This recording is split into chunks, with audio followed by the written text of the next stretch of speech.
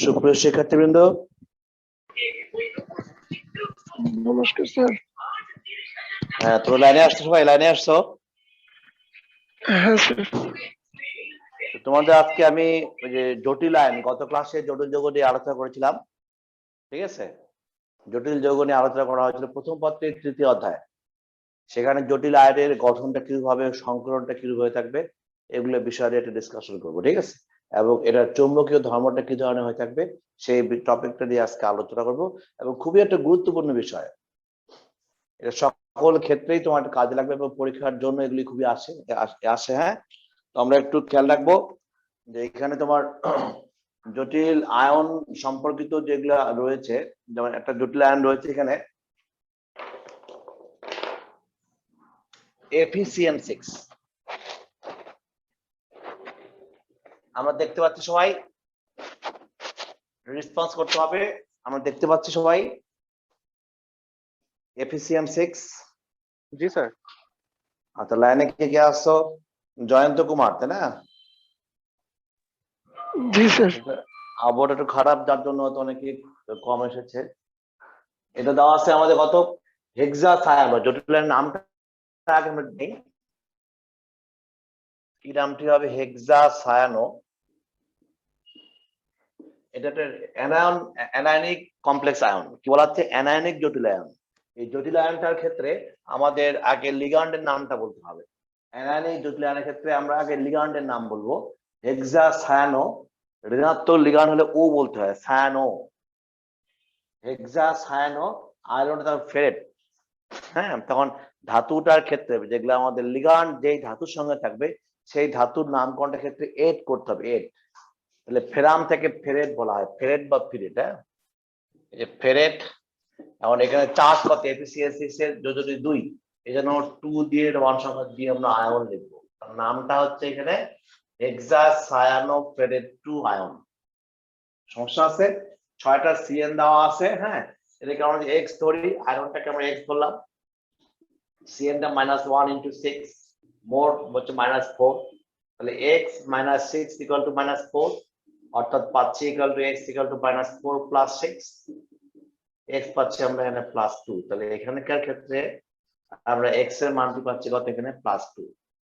এই লিগ্যান্ডের সঙ্গে যুক্ত যে ধাতুটা আছে তার জারণ মান হচ্ছে +2, এই জন্য এখানে 2 এর 1 সংখ্যা দেওয়া হলো। হেক্সাসায়ানোফেরেট 2 আয়ন, হেক্সাসায়ানোফেরেট 2 আয়ন বলা হচ্ছে। এখন এর গঠন সম্পর্কে আমরা জানবো, খুবই একটা গুরুত্বপূর্ণ বিষয়। গঠন সম্পর্কে আমরা জানবো, গঠনটা কিরকম হয়ে থাকবে সেগুলো সম্পর্কে তো আমরা দেখবো আর কি। প্রথমত আসি, এখানে আমরা জারণ মানটা বের করলাম। আয়রনটা হচ্ছে কত আমাদের? 2।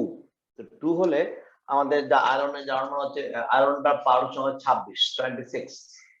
আমরা সংক্ষেপে লিখলে কি বলবো? আর্গন মানে 26, আর্গন হচ্ছে 18। হ্যাঁ, 18, তারপরে 36, এই যে 4s2 পাচ্ছি আমরা।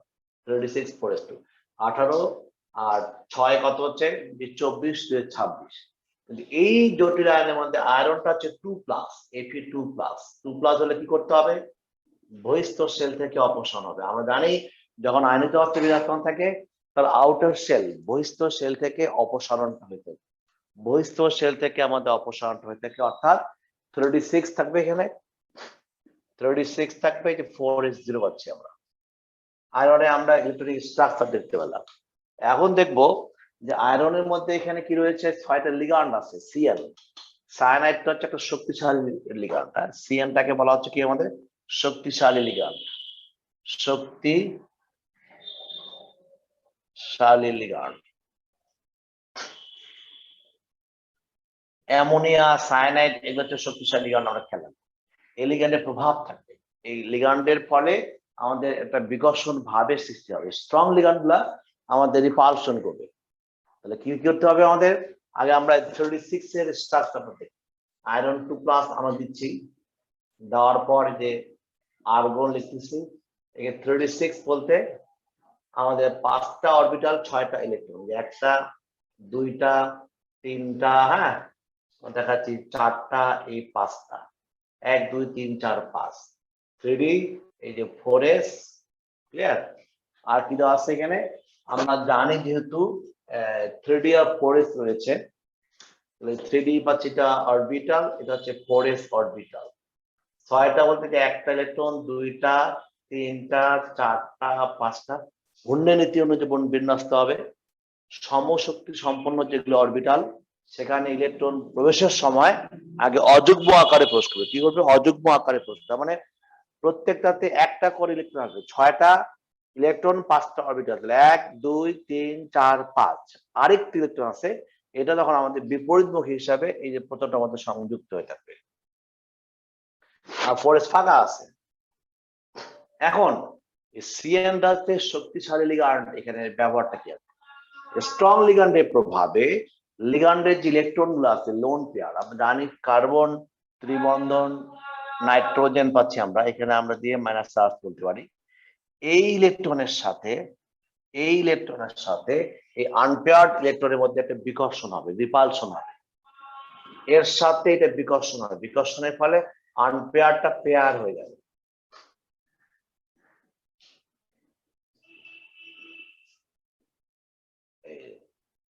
আমরা এটা খেয়াল রাখবো।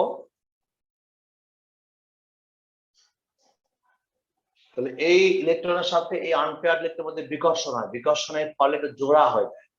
এই যে পাচ্ছি একটা, দেখবেন এই দুটো ইলেকট্রনের সাথে বিপরীতমুখী হিসাবে এখানে যুক্ত হচ্ছে, আর এখানে 4s পাচ্ছি আমরা, ফাঁকা পড়ে আছে। এখন দেখতেছি যে 6টা সিএন আছে, 6টা লিগ্যান্ড আছে, 6টা লিগ্যান্ড সন্নিবেশ বন্ধন গঠন করবে। সন্নিবেশ বন্ধনের শর্ত হচ্ছে ফাঁকা লাগবে অরবিটাল, ফাঁকা আছে এখানে 1 2 3, আরো 3টে ফাঁকা লাগবে। তাহলে কি আসতেছে আগে? এই যে ইলেকট্রনের সাথে এই যে সায়ানাইডের যে একটা স্ট্রং লিগ্যান্ড, এই ইলেকট্রনের সাথে এই বিজোড় ইলেকট্রনগুলোর মধ্যে একটা বিকর্ষণ হয়। যদি সায়ানাইড যখন আয়রন 2+ এর কাছাকাছি আসবে, খেয়াল রাখতে হবে, সায়ানাইড যখন আয়রন 2+ এর কাছাকাছি আসবে, তাহলে সায়ানাইডের ইলেকট্রনের সাথে যে আমাদের এক জোড়া ইলেকট্রন আছে, এর সাথে আয়রন 2+ এর যে আনপেয়ার্ড, এই যে এখানে 4টা ঘরে আছে বিজোড় সংখ্যক ইলেকট্রন, এদের মধ্যে বিকর্ষণ হয়ে এই আনপেয়ারটা পেয়ার হয়ে যায়। যদি এটা স্ট্রং লিগ্যান্ড হয় তাহলে এই বিকর্ষণটা বেশি হয়, যদি পানি আসে তাহলে বিকর্ষণটা কম হবে। যদি আমরা এই আয়নটা ক্ষেত্রে বলি, আমরা একটু পরে দেখাবো, ওটাও যে হেক্সা, আমি একটু পরে দেখাবো এই আয়নটাকে আমরা ডিসকাশন করব। হেক্সা অ্যাকুয়া, তোমার এখানে 6টা সিএন, এটা 6টা পানি। পানি হচ্ছে তোমার দুর্বল লিগ্যান্ড, এটা হচ্ছে কি আমাদের দুর্বল লিগ্যান্ড, দুর্বল লিগ্যান্ড। তাহলে পানির মধ্যে কিন্তু আমাদের লোন পেয়ার আছে, যে লোন পেয়ার, পানির লোন পেয়ারের সাথে এই বিজোড় ইলেকট্রনের বিকর্ষণ হবে, কিন্তু বিকর্ষণটা খুব কম হবে, কারণ এটা দুর্বল লিগ্যান্ড। কম হওয়ার জন্য এটা তখন আমাদের পেয়ার করতে পারবে না, এটা আমাদের আনপেয়ার্ড থেকে যাবে। আর সিএনটা স্ট্রং লিগ্যান্ড, শক্তিশালী লিগ্যান্ড হওয়ার জন্য সায়ানাইডটা, আমরা যে সায়ানো নাম বলতেছি, সায়ানো যে আমরা ঋণাত্মক লিগ্যান্ড বলতেছি, এটা একটা শক্তিশালী লিগ্যান্ড। এই শক্তিশালী লিগ্যান্ডের যে এই যে জোড় ইলেকট্রনটা আছে, তার সাথে এই ইলেকট্রনগুলোর মধ্যে বিকর্ষণের ফলে আমাদের পেয়ার হয়ে যাবে। পানি হলে কিন্তু দেওয়া পারতো না, পানি হলে 4টির মধ্যে আনপেয়ার থাকতো। খেলা তো কিন্তু পার্থক্যটুকু বুঝতে হবে। এখানে স্ট্রং লিগ্যান্ডের প্রভাবে এই কমপ্লেক্স আয়ন, আর উইক লিগ্যান্ডের প্রভাবে এই কমপ্লেক্স আয়ন, এদের মধ্যে ডিফারেন্স থাকে, এদের মধ্যে চুম্বকীয় ধর্মের আমাদের পার্থক্যটা কি পাবো? সায়ানাইডের সাথে সায়ানোমূলক যে পাচ্ছি আমরা, সায়ানোমূলকের সাথে বিকর্ষণ হলে পেয়ার হয়ে আসতেছে, এই দুটো ফাঁকা হয়ে আসতেছে। আমার লাগবে 6টা, কারণ আয়রন 2+ এর সন্নিবেশ সংখ্যা 6।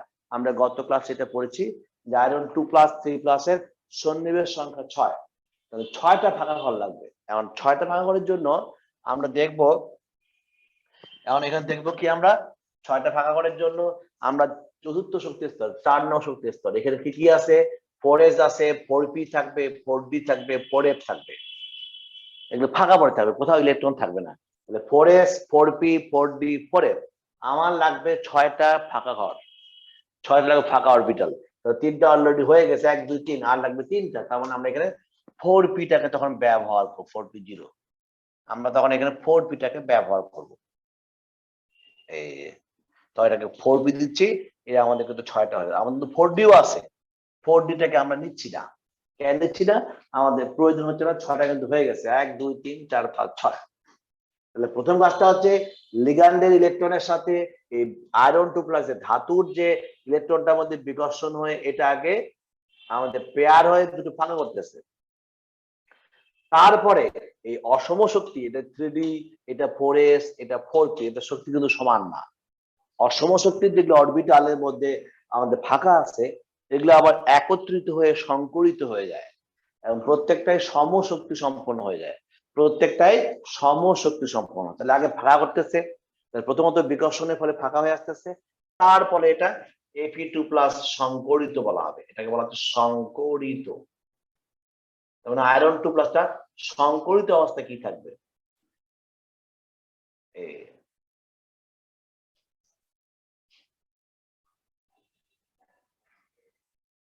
3D পাচ্ছি আমরা। তারপরে 4s আছে এখানে, 4p। এখন এটা 6টা ইলেকট্রন, 1 2 3 4 5 6, এই দুটো ফাঁকা হয়ে গেল। ফাঁকা হয়ে গেলে তখন অসম শক্তির দুইটা ডি অরবিটাল, একটা এস অরবিটাল আর 3টি পি অরবিটালের মিশ্রণের ফলে প্রত্যেকটাই সমশক্তি সম্পন্ন বলা হবে এটাকে D2sp3। মানে যখন সংকরিত কথাটা লিখবো তখন প্রত্যেকটাই আমাদের সমশক্তি সম্পন্ন হয়ে যাবে।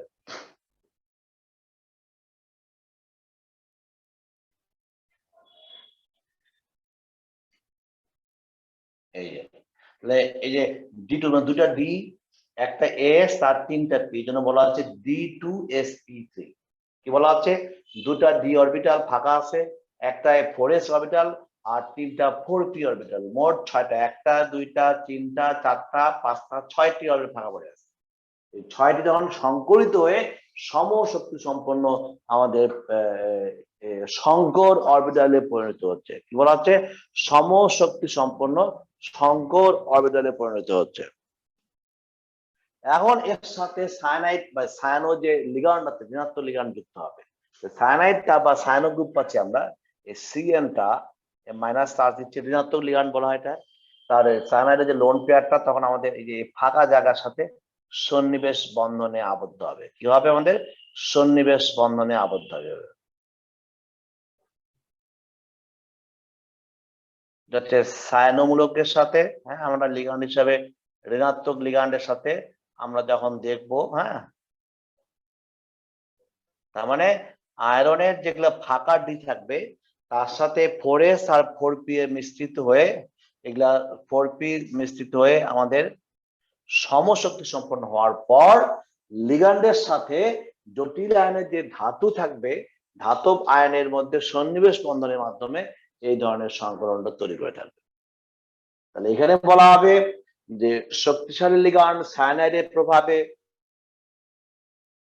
ইলেকট্রন জোড়ের সাথে সিএন এর জোড়ের সাথে আয়রন 2+ এর বেজোড় সংখ্যক ইলেকট্রনের মানে আনপেয়ার্ড ইলেকট্রনের বিকর্ষণের ফলে আমরা ভাষাগত ব্যাখ্যাটা কি দিব, ভাষাগত যখন পরীক্ষায় আসবে গঠনটা ব্যাখ্যা করো তখন তুমি কি লিখবা, পরীক্ষা যখন গঠনটা আসবে তখন তুমি কিভাবে লিখবে খাতার মধ্যে, তখন বলতে হবে এই জটিল আয়নের, এখানে লিখতে হবে কি APCN6,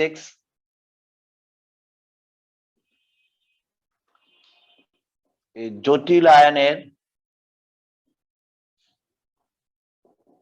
এত জটিল আয়নের শক্তিশালী লিগ্যান্ড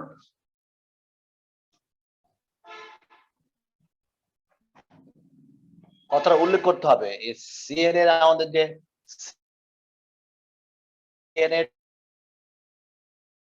যে আমাদের শক্তিশালী লিগ্যান্ড সিএন এর প্রভাবে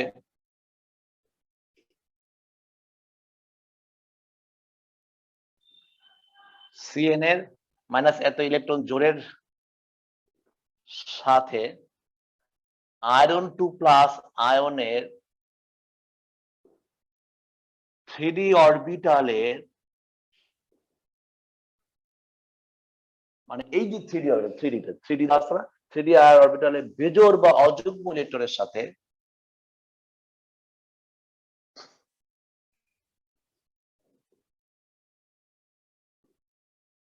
তাহলে কি বলতেছি, জটিল আয়নের শক্তিশালী লিগ্যান্ড সিএন এর ইলেকট্রন জোড়ের সাথে Fe2+ আয়নের 3d অরবিটালের অযুগ্ম ইলেকট্রনের সাথে বিকর্ষণের ফলে এর সাথে বিকর্ষণ হয়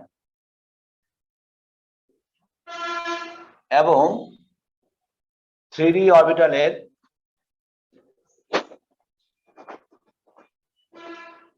অযুগ্ম ইলেকট্রন বা যেটা বিজোড় ইলেকট্রনটা অযুগ্ম ইলেকট্রন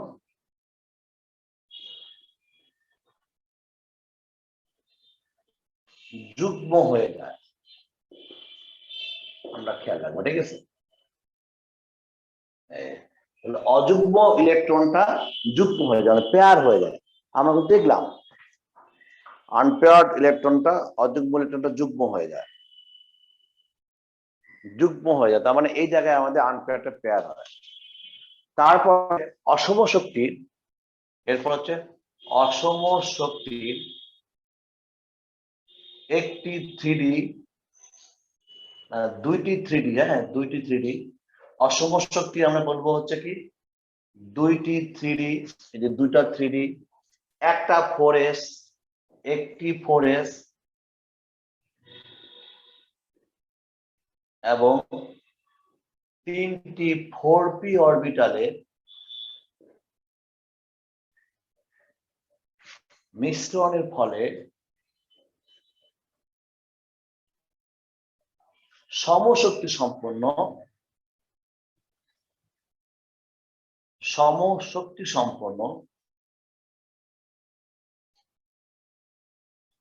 6টি সংকর D2sp3 অরবিটালের সৃষ্টি করে, সংকর অরবিটালের সৃষ্টি করে এবং 6টি সায়ানাইড বা 6টি সিএন তার সাথে সন্নিবেশ বন্ধন গঠনের মাধ্যমে জটিল আয়নের সৃষ্টি করবে, হ্যাঁ সৃষ্টি করে। এবং এখন এখানে থেকে এই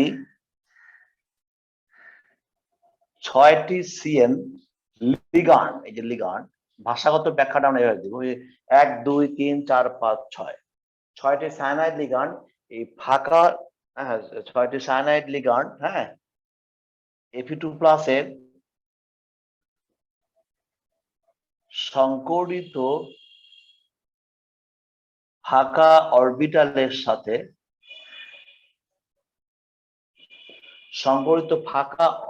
সাথে সন্নিবেশ বন্ধন, যে একমুখী, ফাঁকার সাথে কিন্তু কোঅর্ডিনেট বন্ড সৃষ্টি হতে পারবে। সন্নিবেশ বন্ধন গঠনের মাধ্যমে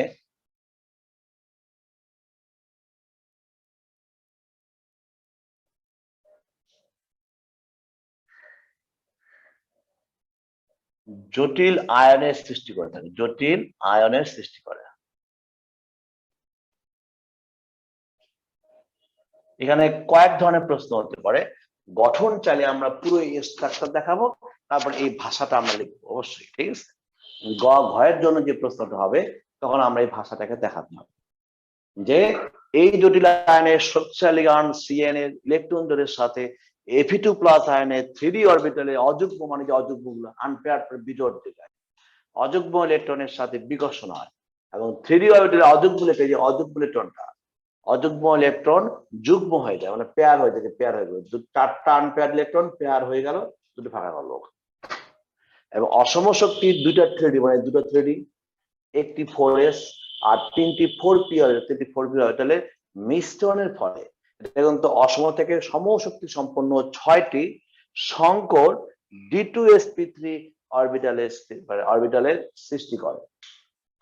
এটা সৃষ্টি করে বলতে সৃষ্টি করে, ঠিক আছে, সৃষ্টি করে। অতঃপর এখানে 6টি সিএন লিগ্যান্ড Fe2+ এর সংকরিত ফাঁকা অরবিটালের সাথে সন্নিবেশ বন্ধন গঠনের মাধ্যমে, ফাঁকা অরবিটালের এখানে সাথে দাও, সাথে, হ্যাঁ সাথে সন্নিবেশ বন্ধন গঠনের মাধ্যমে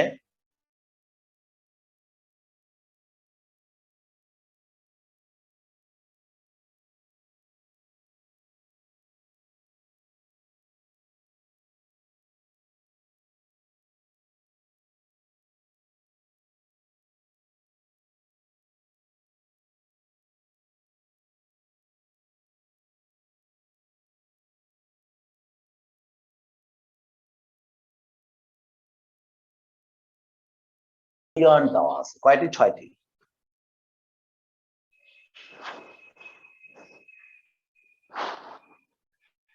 প্রত্যেকটা সিএন, হ্যাঁ, প্রত্যেকটা সিএন কিন্তু -1 চার্জ বিশিষ্ট, -1, এবং প্রত্যেকটা এরা সন্নিবেশ বন্ধনে আবদ্ধ হবে। আচ্ছা, সিএন দিয়ে আমরা এখানে -CN পাচ্ছি। আমরা একটু আরো ইয়ে করতে পারি,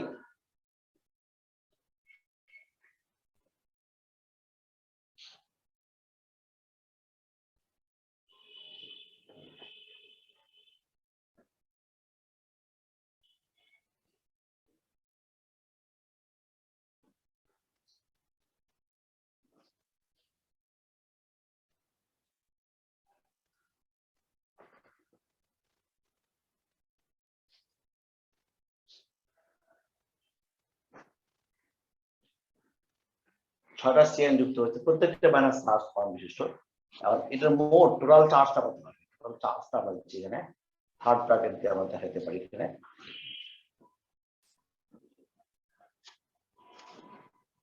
এটা +2 সেন্টারে আর 6টা সিএন, +2 সেন্টারে কেন্দ্রে পাচ্ছি আমরা, আর পাচ্ছি আমাদের 6টা সিএন -6, তাহলে +2 আর -6 যোগ করলে আমাদের এখানে আমরা মোট যার মানটা এই আয়নটা হবে 4 দিয়ে মাইনাস। জ্যামিতিক গঠনটা হচ্ছে, জ্যামিতিক গঠন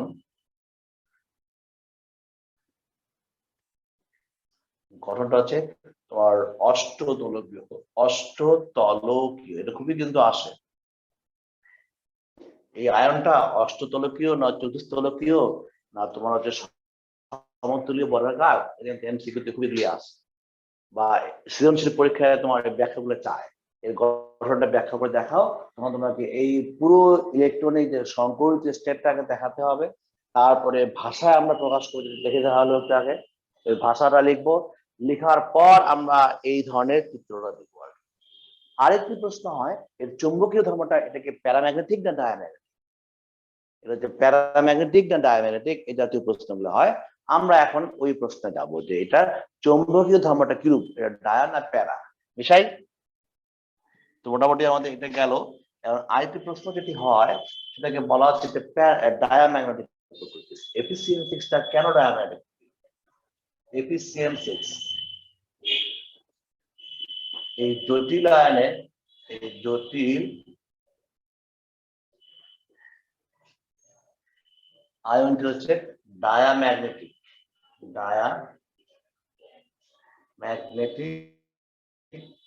ম্যাগনেটিক কেন? অনেকটা প্রশ্ন করে, গঠনটা চায় ডায়াম্যাগনেটিক কেন, বা বলে এটা প্যারা না ডায়া, কোনটি হবে কারণ দর্শাও, তখন তোমাকে এগুলোকে উল্লেখ করতে হবে। ডায়াম্যাগনেটিক যে ব্যাখ্যাগুলো আমরা দেখবো, তো প্রথমত বলতে হবে যে উত্তর, এটা প্রশ্ন যদি হয়ে থাকে আমাদের মনে করা কোশ্চেন, আমরা এর উত্তরের জন্য কিন্তু আমরা একই ভাবে এই পুরো আগে এই বিন্যাস দেখাবো, ইলেকট্রনিক স্ট্রাকচার দেখাতে হবে, আয়নিত অবস্থা দেখাবে, সংকরিত অবস্থা দেখাবো। এখন তারপরে আমরা এটা বিন্যস্ত করার পর এই জায়গায় দেখবো যে Fe2+ এর সংকরিত অবস্থায় কোনো কিন্তু এখানে আনপেয়ার্ড ইলেকট্রন নেই, সব পেয়ার আছে। ভাষাটা কি বলবো আমরা, Fe2+ এর এই যে জটিল আয়নের 6 আমরা দিচ্ছি কি 4-, এই জটিল আয়নের সংকরিত অবস্থায়,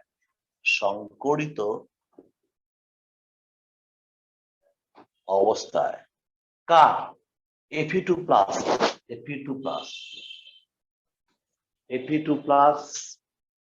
মানে আয়রন 2+ এর ক্ষেত্রে আমরা দেখতেছি এই জটিল আয়নের Fe2+ এর সংকরিত অবস্থায়, Fe2+ আয়নের মানে ঠিক এই Fe2+, হ্যাঁ, সংকরিত অবস্থায় কোন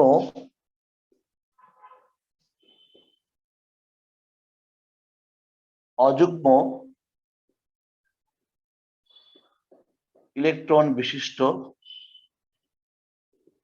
অরবিটাল নাই।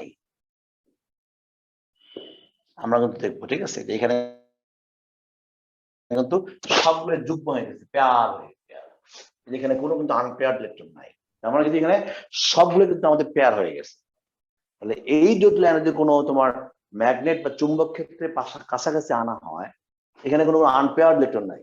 এই আনপেয়ার্ড থাকলে তোমার চুম্বক ক্ষেত্র দ্বারা আকর্ষিত হবে। জটিলায়নটি কোনো অযুগ্ম ইলেকট্রন বিশিষ্ট অরবিটাল নাই, তাই এই জটিলায়নটি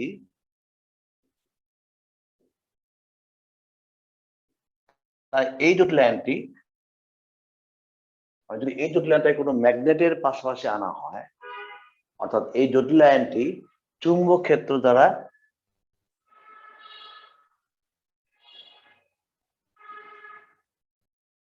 বিকর্ষিত হয়, তাহলে এই জটিলায়নটি চুম্বক ক্ষেত্র দ্বারা বিকশিত হয়। যদি এখানে আনপেয়ার্ড ইলেকট্রন না থাকে তাহলে বিকশিত হবে, জোড়া থাকলে বিকশিত, বিজোড় থাকলে আমাদের আকর্ষিত হয়ে থাকবে। যেহেতু এর সংকরিত অবস্থায় কোনো অযুগ্ম ইলেকট্রন বিশিষ্ট অরবিটাল নাই, তাই এই জটিলায়নটি চুম্বক ক্ষেত্র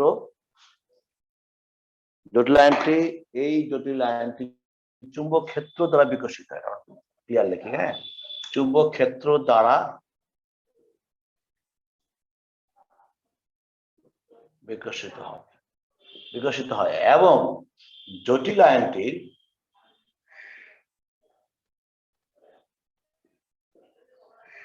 চুম্বকীয় ধর্ম বিকশিত হলে তখন ডায়া হয়ে থাকবে। জটিলায়নটির চুম্বকীয় ধর্ম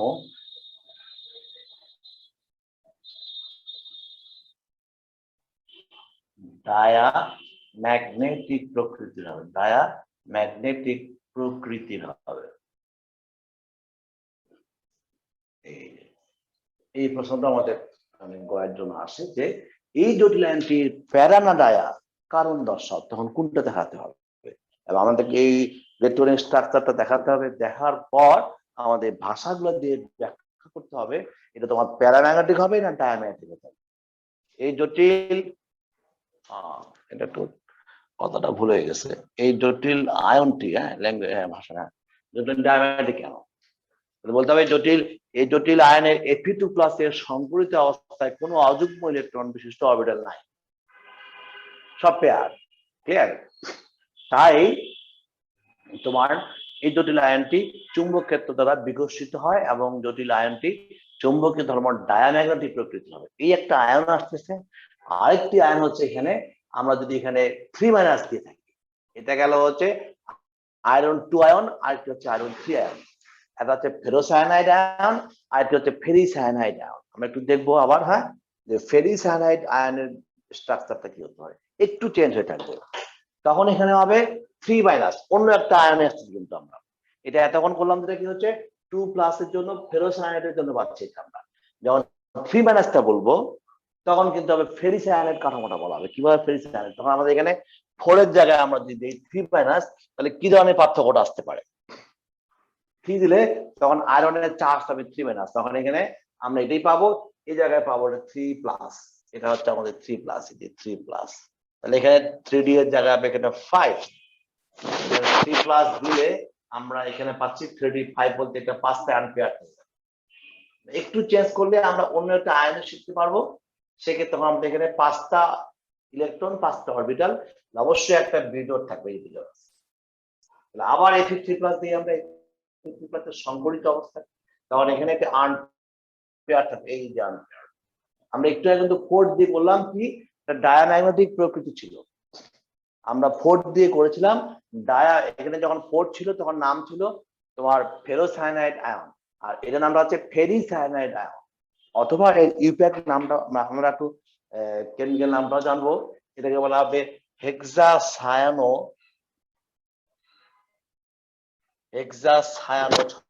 আছে তোমার আছে আয়রনটাকে বলে ফেরাম থেকে ফেরেট বা ফিরেট, হ্যাঁ, ফেরেটোবান বা ফিরেট, তখন হবে তোমার প্রমাণ সংখ্যা 1, 2, 3 আয়ন পাচ্ছি হেক্সাসায়ানোফেরেট 3 আয়ন। আমরা কিন্তু এখন 3 আয়ন দিয়ে ব্যাখ্যা করতেছি, হেক্সাসায়ানোফেরেট 3 আয়ন।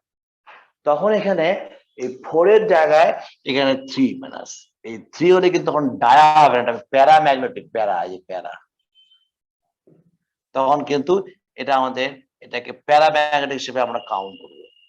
3 হলে প্যারা আর 4 হলে ডায়া। তখন প্রশ্ন যেটা আসে দুটি আয়নকে পাশাপাশি রেখে দেয়, একটি ডায়াম্যাগনেটিক অপরটি প্যারাম্যাগনেটিক, কেন? কারণ দর্শাও। একটি ডায়াম্যাগনেটিক অপরটি প্যারা, কেন?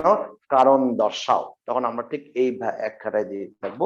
গঠনটা আমাদের একই হবে, সংকরণটা আমরা একটু আগে যেটা করলাম সবটাই আমাদের D2sp3 আসবে, কিন্তু তোমার চৌম্বকীয় ধর্মটার মধ্যে আমরা পার্থক্যটুকু পাবো। তখন বলতে হবে এই জটিল আয়নের Fe3+ এর, তাই না, Fe3+ এর সংকরিত অবস্থায় অযুগ্ম একটা কিন্তু যে আনপেয়ার্ড থাকে এখানে, হ্যাঁ, অবস্থায় অযুগ্ম ইলেকট্রন পাওয়া যায়। অযুগ্ম, হ্যাঁ, অযুগ্ম এর সংকরিত অবস্থায় অযুগ্ম ইলেকট্রন বিশিষ্ট, অযুগ্ম ইলেকট্রন বিশিষ্ট অরবিটাল আছে বা থাকে আর কি, হ্যাঁ থাকে। তাই এই জটিল আয়নটির চৌম্বক ক্ষেত্র দ্বারা তখন আনপেয়ার্ড ইলেকট্রন থাকলেই তখন তোমারটা আকর্ষিত হবে, পেয়ার থাকলে বিকর্ষিত হবে, আনপেয়ার থাকলে আকর্ষিত হবে। তাহলে আমাদের কি হচ্ছে, তাই জটিল আয়নটি চৌম্বক ক্ষেত্র দ্বারা আকর্ষিত হয়, আমরা আকর্ষিত হয়, আকর্ষিত হয়। এবং জটিল আয়নটির চৌম্বকীয় ধর্ম তখন প্যারা, ডায়ার জায়গা তখন প্যারাম্যাগনেটিক, ঠিক আছে, প্যারা বলা হবে। এবং জটিল আয়নটির চুম্বকীয় ধর্মটা প্যারাম্যাগনেটিক প্রকৃতির হবে। আয়নটির চৌম্বকীয় ধর্মটা তোমার হচ্ছে কি প্যারাম্যাগনেটিক প্রকৃতির হবে। এই পার্থক্যটুকু আমরা ভালোভাবে জানবো। প্যারা কেন বলা হলো? প্যারা হওয়ার কারণটা সংকরিত অবস্থায় যেহেতু সিএনটা স্ট্রং লিগ্যান্ড, শক্তিশালী লিগ্যান্ড হওয়ার জন্য এই লিগ্যান্ডের ইলেকট্রনের সাথে আনপেয়ার্ডের মধ্যে বিকর্ষণ হয়ে 5টা ইলেকট্রন 5টা অরবিটালের মধ্যে এখানে একটা অরবিটাল একটা বিজোড় অবস্থায় থেকে থাকে। এই আনপেয়ার থাকার জন্য যখন এই আয়নের কাছাকাছি স্থানে একটা কাছাকাছি এসে থাকে, তখন এই আসার পর এটা আমাদের আনপেয়ার ইলেকট্রন থাকতেছে, তাহলে এইটা দিয়ে আমাদের গঠনটা একটা বিজোড় থেকে যাচ্ছে। এই আয়নটাকে যদি কোনো ম্যাগনেটের পাশাপাশি আনা হয়ে থাকে, তাহলে দেখা যাবে যে এটা চুম্বক ক্ষেত্র দ্বারা আকর্ষিত হয়। এবং জটিল আয়নটির চুম্বকীয় ধর্মটা হচ্ছে প্যারাম্যাগনেটিক প্রকৃতির হয়ে থাকে। এটা আমরা খেয়াল রাখবো, এটা হচ্ছে প্যারাম্যাগনেটিক প্রকৃতির হয়ে থাকে। Clear? Any problem, any question, সমস্যা আছে মধ্যে কোনো? প্যারাম্যাগনেটিক, স্যার আমার একটা কোশ্চেন ছিল। বলো বলো, এনি কোশ্চেন। মানে মানে স্যার প্যারাম্যাগনেটিক আর ডায়াম্যাগনেটিকটা ক্লিয়ার হয়েছে, কিন্তু স্যার যদি বলে ফেরোম্যাগনেটিক তাহলে সেক্ষেত্রে কি করব? ফেরোটা কিন্তু মৌল বিশিষ্ট হয়ে থাকবে। ফেরোটা কিন্তু মৌল বিশিষ্ট, তার মানে আমরা হচ্ছে ফেরোটা ওয়ান কাইন্ড অফ প্যারার যে ভাগগুলো আছে, হ্যাঁ, প্যারার যে ভাগগুলো আছে, প্যারাটাও কিন্তু তোমার হচ্ছে কি এটাও আনপেয়ার থাকবে। যদি একাধিক আনপেয়ার বিরাজমান থাকে তখন তাকে আমরা ফেরো বলবো। কারণ ফেরোর যে ব্যাখ্যাটা এটা মৌল হিসেবে বলতে হবে, আয়রন, কোবাল্ট, নিকেল, এই তিনটাকে আমরা ফেরো বলবো। আর তাছাড়া যদি কোনো জটিল আয়নের ক্ষেত্রে আমরা যখন এটাকে দেখবো তখন সর্বদাই এটাকে আমরা প্যারা আর ডায়ার মধ্যে নিয়ে আসবো। আর যদি কোনো মৌলটার ইলেকট্রন বিন্যাস একাধিক আনপেয়ার থাকে, সেই ক্ষেত্রে তখন এটাকে তখন যেমন আয়রন, কোবাল্ট, নিকেল, আয়রনের 4টা আনপেয়ার থাকে, তখন মৌল হিসেবে এগুলোকে আমরা ফেরোম্যাগনেটিক বলবো, তীব্রভাবে যখন আকর্ষণ থাকবে, ঠিক আছে। আর যখন কোনো জটিল আয়নের মধ্যে কোনো কম্পাউন্ডের মধ্যে বিরাজমান থাকবে তখন প্যারা ডায়ার মধ্যে আমরা নিয়ে আসবো। কারণ ফেরোটা কিন্তু আকর্ষণ, প্যারাটা আকর্ষণ, ডায়াটা বিকর্ষণ। ফেরো আর প্যারা আকর্ষণ, তাহলে আমাদের তখন আয়নের মধ্যে তখন এটাকে আমরা প্যারা হিসেবে এটাকে ধারণ করবো। এনি কোশ্চেন, সমস্যা আছে কোনো?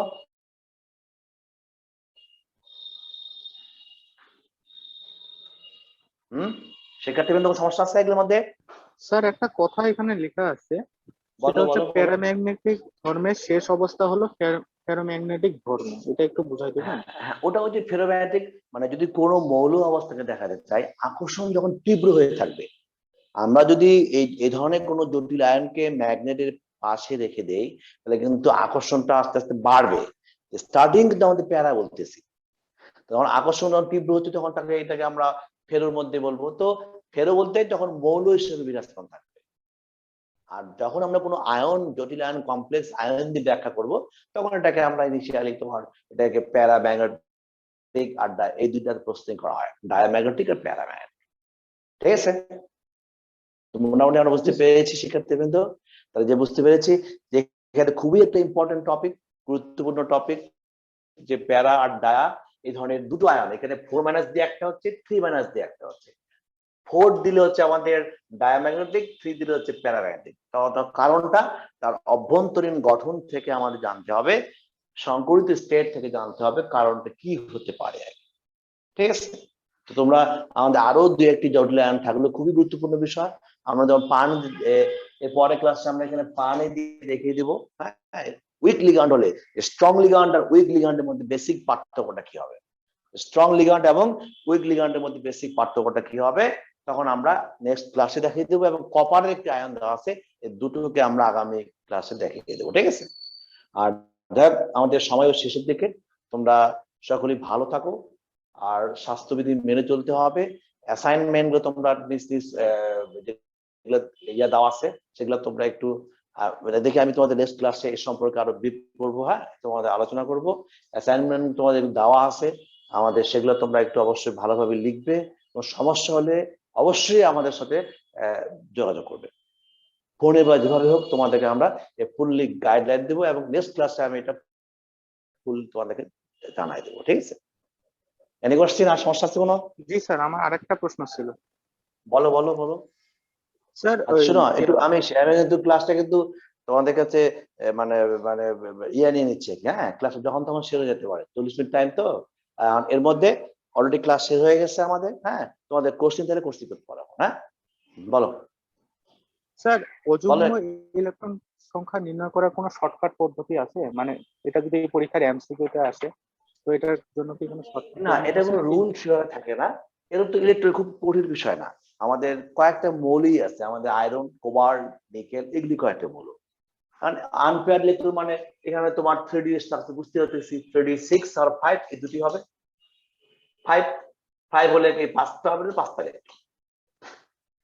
আর যদি উইক লিগ্যান্ড হয় তাহলে 5টা বেজর থাকে যাবে, স্ট্রং লিগ্যান্ডের পেয়ার হয়ে যাবে। শেষ আমাদের বিষয়টা ক্লিয়ার।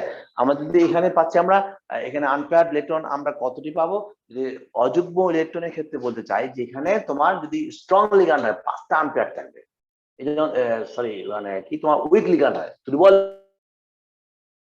লিগ্যান্ড হলে 5টায় তখন বিজোড় থাকবে। এখানে তোমাদের বিকর্ষণটা এত কম হবে যে জোর হতে পারবে না।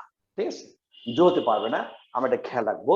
কারণটা হচ্ছে কি, দুর্বল লিগ্যান্ডের তোমাকে থেকে নামগুলো তালিকা জানতে হবে, কোনটা কোনটা দুর্বল লিগ্যান্ড, কোনটা কোনটা স্ট্রং লিগ্যান্ড। ঠিক আছে, বেশি বোঝা গেছে? তো আমরা একবার ক্লাসের শেষ প্রান্তে এসে গেছি, আমরা 1 মিনিট নাই। তোমরা সকলেই ভালো থাকো, হ্যাঁ, সুস্থ থাকো। আগামী ক্লাসটা ফলো করবে, খুবই একটা গুরুত্বপূর্ণ বিষয় তোমাদের আলোচনা হলো।